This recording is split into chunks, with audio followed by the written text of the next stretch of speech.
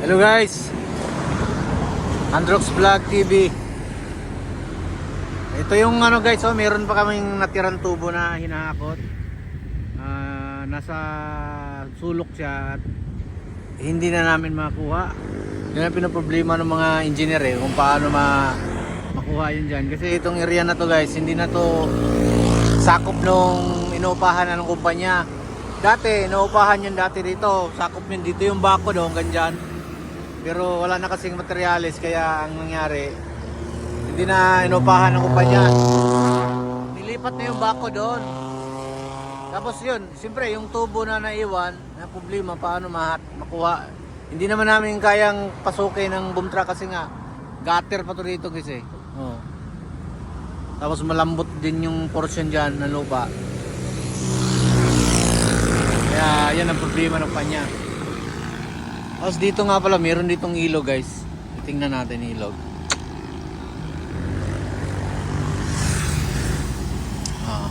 Creek pala ito, hindi ilog. Ayun may kawayan. Sigurado din dyan, may mga bayawak dyan, saka ahas. Ayun, lakas pala ng dito. Parang falls din guys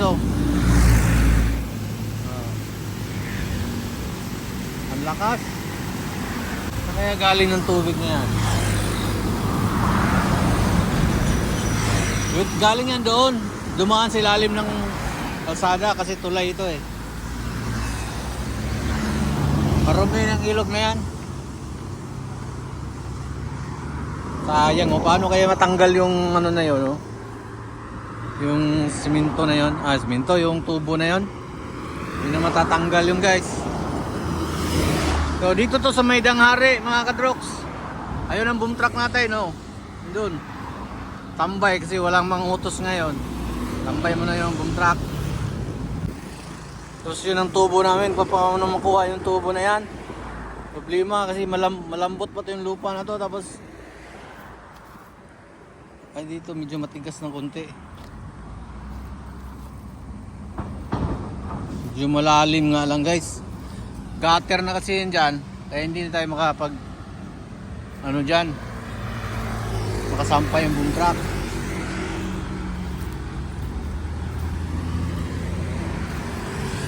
Yung mga dati kasi dito may mga naka-stack dito ng mga elbow, mga maiksin tubo, mga connection ba. Ay ngayon wala na. May tubig nga rito mga kadroks may stagnant. Yun stagnant na tubig. Delikado to dito, baka mayroon ditong ahas. Punta tayo, ingat lang tayo guys. Ito matlambot pala. Ayan ang tubig guys Ayan.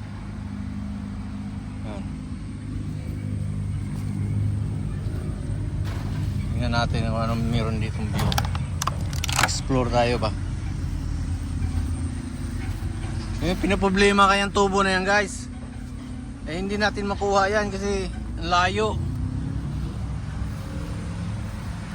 Hindi natin makuha yan Bukid na pala to dito. Tingin tayo kasi baka mayroong sawa. Ingat. Yun, palayan na pala yan dyan taniman. Ito pala itsura ng gilid ng ayan, dito sakop pa to ng dyan sa loob sa amin, sa kumpanya. Kaya lang ito nga ang tubo na to guys, hindi talaga makuha namin to. Paano kaya makuha yan? May kabigatan din kasi yan. Nasa mga sa 6 na tonelada. Saan dadaan ng boom truck o kaya crane, saan siya pupwesto.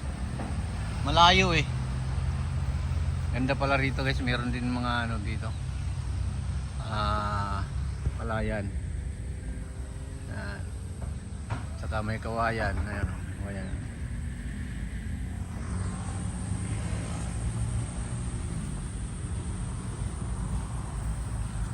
Tingnan natin yung tubo na to. Bigat to guys, 1.4.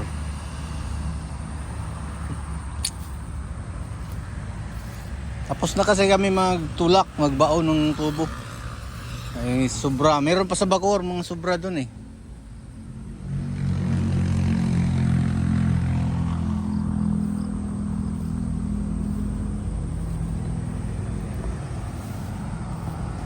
Ayan ang ating boom truck mga kadok. Doon.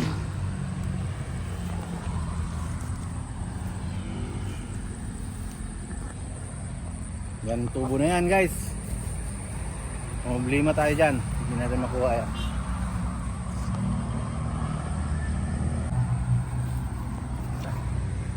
Babay tubo, di ko na nga makuha. Bahala ka na dyan. Balik na tayo sa unit. Sa boom truck. Ingat lang pa rin tayo kasi baka mayroon ahas. Eh, sabi ni Miron daw dati dito eh. Kasi pag mga ganito guys, may mga basa-basa, may mga tubig. Hindi talaga may iwasan yan, meron yan. Nakakatakot dito pumunta pag gabi. Kaya nga pala, wala pala kaming activity ngayon guys. Kaya relax lang kami. Walang activity. Oh, di ba? Balik na tayo sa truck. Tawid tayo mga kadrok.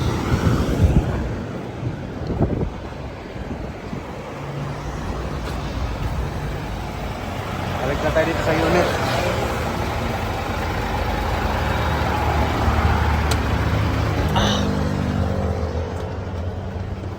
Ang ganda din pala.